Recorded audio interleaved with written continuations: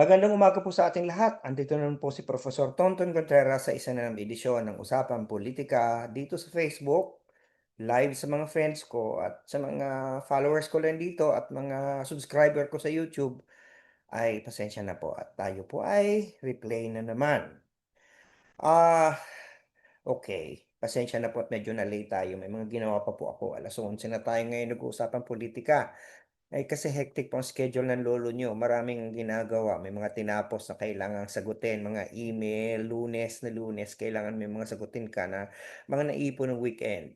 Siyempre hindi naman hindi yung mga 'yan naman kailangang sagutin mo, walang ibang sasagot niyan, eh, may mga tinatapos tayo ng mga deadlines, at ngayong 12:00 may meeting na naman ako. So, siningit ko 'to, ganyan ko kayo kahalaga sa akin. Maglalagay ako ng oras para kayo ay makausap at makakuwentuhan. Sapagkat sabi ko naman sa inyo kahit kaunti na lang ang susunod sa akin, kahit isa lang ang makikinig, kahit wala, magkukuwentuhan pa rin tayo. So, nagpapasalamat ako dun sa hanggang sa ngayon ay nagtiyatiyagang makinig sa akin. Ah, Pag-usapan pa rin natin ang impeachment kasi yun ang uso ngayon, eh. Sa araw na ito, sa tingin ko ay yoong pangalawang impeachment complaint laban kay Pangulong Marcos ay nung nahi-final ng bayan at, inendorso ng Makabayan Bloc ng mga militant left ay malamang ay nai-receive na kung hindi ako nagkakamali sa opisina ng Secretary General sapagkat nung isang, linggo nung dinala nila ito ay hindi ito ni-receive sa kaya ang dahilan ay wala daw si OSG Cheloy nasa Taiwan tumatanggap ng award. Bagamat akong personal opinion ko doon sana tinanggap na yon at tinataka na lang ng receipt. Pero may mga iba kasi mga opinyon nagsasabi hindi lang yung ministerial, titingnan mo kung kumpleto, kung merong nag-endorso, 'di ba? At yun ay hindi daw trabaho ng opisina, hindi lang yung ministerial. So anyway, may mga nagsasabi na baka makarating yung usapin na yan sa Supreme Court dahil siyempre kailangan magdesisyon ng Korte Suprema pero ngayon ay mukhang baka yun ay maging moot sapagkat nando'n na ang pagkakaalam natin dumating na si Cheloy Garafil, nasa opisina na siya, maaaring baka I'm speaking right now ay yun ay natanggap na ng opisina ng Secretary General. Yung isang complaint naman ang balita ko, maaaring hindi ito confirmed, ay kaya naman daw hindi na-file, hindi lamang dahil wala sa Secretary Chelo, o OST Chelo, pero dahil wala yatang miyembrong nag-endorso, ewan ko kung totoo. Kailangan may mag-endorse na miyembro, hindi puwedeng ordinaryong citizen mag-file tapos wala na, kailangan may mag-endorse na miyembro ng House, at least one. At, eto naman, kasi yung unang complaint na ni De Jesus, na Tony De Jesus, merong nag-endorse, si, Representative Nisay. Ito namang pangalawa, ang plano mag-endorse ay yung tatlong makabayan, representative, si Antonio Tino Serenico at saka si Sara Elago. So tingnan natin, marami pang usapin ito, eh. Ah, kung itong mga ito ay pumasa sa constitutionality at legality at ma-refer sa Justice Committee at pagkatapos sa February 6 mag-file uli ng mga complaint naman laban kay Sara Duterte, yan ay kung hindi baligtarin ng Supreme Court yung kanilang desisyon, 'di ba? Kaya nga na unconstitutional yung last year, 'di kailangang mag-refile ng complaint. So in any case, be however it may be, kung assuming na may dalawang impeachment complaint, ah mangyayari niyan for the first time in our history, we're going to have a situation where the president and the vice president are both, accused in an impeachment process. Ah, Hindi natin alam kung papaano 'to dedesisyonan. Let us just work on the assumption that both will reach the Senate. And if both will reach the Senate, it's a historical milestone na hindi dapat nating pinagmamalaki. Kasi, imagine yung presidente at vice presidente parehong nasasakdal sa impeachment court. It will fuel further instability, wala ng oras ang Senado. Sa tingin ko imagine, from the House itself kung sabay ito, ay di didinggin yan ng Justice Committee ng committee ni Jervil, Luistro tapos you know, Tapos pagdating sa Senado, anong gagawin? Merong hearing sa umaga, may hearing sa hapon, ano pa yung magagawa nilang trabaho? Tsaka hindi lang yun, yung implikasyon nito sa ating bansa, yung economic development.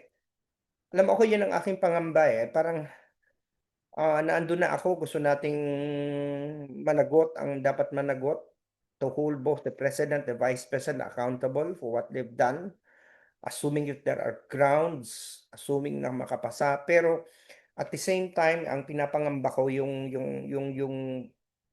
sipa naman nito sa imahen man natin ay bilang bansa. We can spin it, we can say we're a democratic country, we do not kill, we do not assassinate, we do not resort to coup to oust our leaders, we just resort to constitutional processes. But at the same time, it also speaks a lot about the kind of partisan divisiveness or toxicity that might emerge from there. Yun ang nakakalungkot dito. Pero kanina habang ako'y nagmumuni-muni, naisip ko, in the earnest desire, kasi ganito yan ano, ang mga nagsasampa naman ng complaint laban kay Pangulong Marcos, yung pro Duterte camp, nila Chavit Singson, at ni Mike Defensor, talaga namang si Marcos lang ang kanilang gustong ma-impeach. Pro Duterte sila malinaw naman yun. Klarong-klaro, 'di ba? Ah, at yung iba naman ang gusto lang ma-impeach si Sara Duterte, 'di ba? Pero itong Makabayan Black parehong gusto niyang ma-impeach yung dalawa, kasi nga alam naman natin ang agenda ng mga 'yan, 'di ba? Ang agenda ng nila ay gusto nilang lumaban sa gobyerno, gusto nilang regardless of sino nakaupo. So sila yung talagang pareho yung gustong file-an ng complaint. Ngayon naisip ko, baka naman ang kauwian nito magkakaroon ng checkmate. Ano ba yung checkmate? Kasi ganito yun pagdating sa Senado, yung mga senador na pro Duterte, siyempre yan ang aasahan mo, buboto din ang impeachment of anti-Marcos, di ba? So ganun lang naman ang ano doon pro Duterte ka, gusto mong ma-impeach si Marcos, di ba? Ganun ang assumption. So mas itong argumentong ito nag-ano to nag-apply to more doon sa mga siyam na sa senador nasa minority, na allied kay Duterte. Pero ang mangyayari nito, ano bang depensa nila kay Duterte? Ang depensa nila walang ebidensya, pinupolitika lamang, maghintay na lang kasi hindi nila matatalo sa eleksyon, maghintay na lang ng 2028, 'di ba? Walang ebidensya, walang direktang si Duterte ang naggastos nung confidential fund. Hindi naman sa 'di ba yung mga gano'ng klase ng depensa, yun ang kanilang i-highlight ng defense.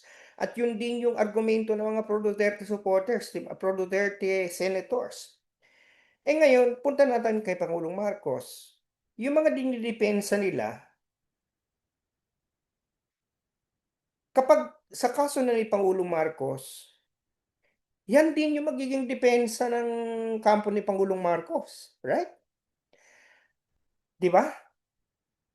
So hindi naman pupuwede na parang pagdating sa impeachment ni Duterte ang magiging argument ay huwag niyo nang pansinin 'yan, hintayin niyo na lang ang eleksyon, pinupulitika niyo lang siya, 'di ba? Na-imagine mo si Amy Marcos, si Marcoleta magkakaroon ng gano'ng klase ng argumento.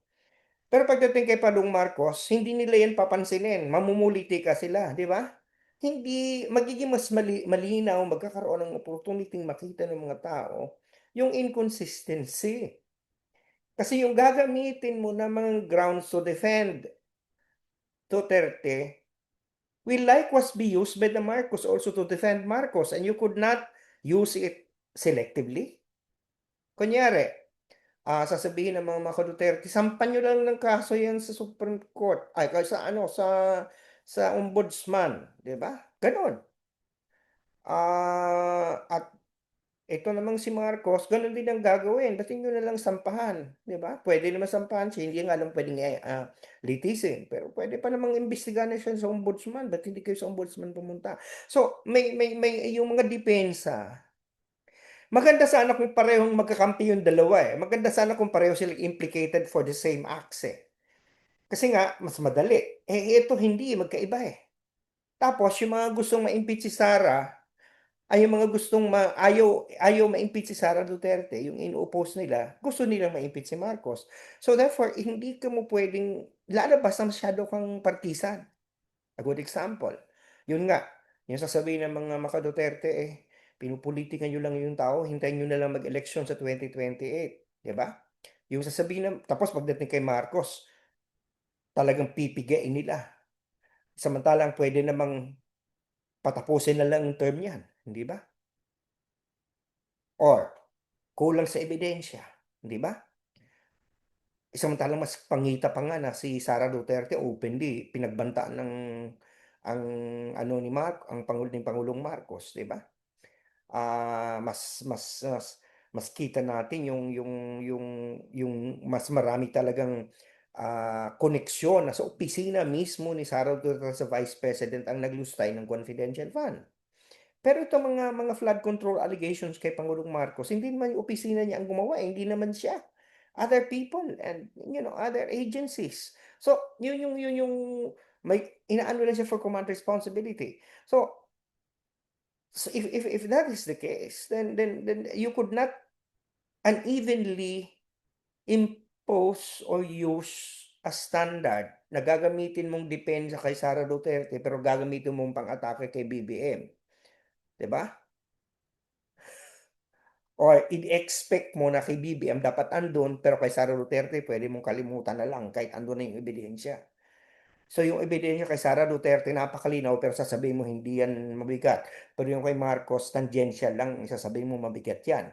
So, alalahanin natin ang magdidesisyon sa korte nito ay mga senador.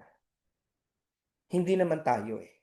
At yung mga senador na yan, ang key dyan yung mga pro-Duterte senators. Kasi they may have already the numbers to acquit Sara Duterte. And yet they could not vote to impeach Marcos if their defense of Sara Duterte would be something that if applied to Marcos would also lead to his acquittal. Di ba? Yun yung point doon. Hindi mo pwedeng sabihin na, okay, hindi namin siya i-impeach dahil hindi naman malinaw ang ebidensya. Eh kahit andyan na yung Vice President's Office mismo ang nagwaldas ng confidential funds. Tapos ngayon pagdating dito eh nabanggit lang ang pangalan ni BBM na associate lang kay Martin Romualdez. Uupakan mo, di ba? I think hindi naman bulag ang tao eh. So in effect, what I'm saying is that this is the kind of situation wherein in the earnest desire to impeach both, we might have created a stalemate, a checkmate. Na checkmate ngayon yung mga senador na pro-Duterte. Hindi na nila pwedeng i-reach yan kay Marcos. So pareho yung madidismiss. You know, yun ang nakikita ko na possibility dito. I could be wrong. Okay? Kasi pinagsabay mo eh. Pinagsabay mo na magkaiba yung grounds pero kung gagamitin mo yung standard doon sa isa na i-acquit si Sara, hindi mo yun na pwedeng gamitin para sa si Marcos gipitin. Dahil sabay yung hearing. Makikita ng tao na talagang sobra naman. Doon sa isang speech mo walang ebidensya, yan naman ay walang direct, kahit na may nasa opisina niya, hindi yan pwedeng command responsibility. Pero doon sa isa naman, ayan, kahit yan na walang ebidensya, dahil opisina niya dapat may command responsibility. So, halatang-halata naman. Magiging halatang-halata. Sana naintindihan niyo yung point ko. So, ito yung naging, trahedya dito eh. Masyado kasing masyadong may mga atat di yata ginagamit ang utak eh. Hindi masyadong hindi strategic mag-isip. Kung ako yan, inuna ko muna si Duterte, si Sara. And then, matagal pa naman ng 2028, next year na si BBM, di ba? Parang masyado kasing masyadong gustong gibain agad ang estado eh. Yung hindi magawa sa armed struggle, ginagawa ngayon sa ganito. Karapatan naman yan. Kaya lang, you have to do it in such a way na gamitin mo yung utak nyo eh. Hindi ba? Pinagsabay. Yan problema sa pagsasabay na ito, yung depensa doon sa isa, Hindi mo puwedeng hindi gamitin na depensa man nung isa kasi parehong klase ng depensa yun. Depensa, so you are now placing the senators at a very difficult situation. How can they not be consistent? Eh, sabay, eh. Kitang-kita mo talaga nung palusot ng isang senador na kay Sara Duterte gagamitin niya ang standard para i-acquit siya. Pero pagdating naman kay BBM, gagamiting standard para i-convict. Or similarly, gagamiting standard to acquit the president, pero pagdating naman sa kay Sara Duterte, will be used to convict Sara Duterte. It just boggles the mind. Really, we are really at na nakalulungkot dito, because of this, we amplify the political nature of the impeachment process na masyadong magiging partisan ang tingin. Ma-erode lalo ang credibility ng impeachment process. Meanwhile, gugulo ang lipunan. Kaya ako, I'm on record now, para sa akin, gusto ko ma-impeach si Sara Duterte, pero if the price that we have to pay for this is we're going to further diminish the power of the impeachment process to really hold people accountable, then, hintay na lang ang 2028. Ang ayusin na lang ngayon ng mga tao ay maghanap ng kandidatong makakatalo sa kanya. Na sa ngayon ay mukha yatang pahirap na ng pahirap ng mga naglalabasan ng mga pangalan. Matitigas ang ulo, gustong tumakbo, Hindi iniisip kung ano yung kalakaran, Alam naman natin 'pag maraming tatakbo, siguro, malaki na ang lamang ni Sara Duterte kasi malaki ang kanyang base. Pinagpipilitan ng mga tao si Irene Marcos, Ito ang problema ko sa mga loyalist, parang masyado kayong mas gusto nilang maglagay ng Marcos pero ang tanong, Irene is a very good person, but I don't know whether she's winnable, 'di ba? And hindi ni walang karanasan yung tao, nung si Lenny ang tumatakbo saka si Cory sabi niyo walang karanasan, wala ring karanasan 'tong isa, hindi ba? So, umayos nga tayo kasi talagang ganito, kaya tayo magulo. Anyway, so sana napagturos yung kaisipan ng plus ko yung mga puso at napabagong panahon sa buhay, lalo na sa usapang politikal. Dahil sabi sa kanila, Lasal, teach mind, touch heart, and transform lives. At sana nakapagsilbi ako sa bayan dahil sabi sa akin ng UP, serve the people. Okay. So, Miyerkules, tayo ay magkakaroon rin ng usapang politika. Ah, ah, Try ko na maaga. Tingnan natin. Basta importante magkikita at mag-uusap pa rin tayo. Doon sa mga patuloy na nagsusubaybay sa akin, maraming salamat. Sige, lagi ang sinasabi, ingat po tayo lagi. UP naming mahal. Ano mula sa magandang umaga, magandang tanghali, magandang hapon, magandang gabi. Nasaan man kayo naroon sa mundo sa ngayon. Bye for now!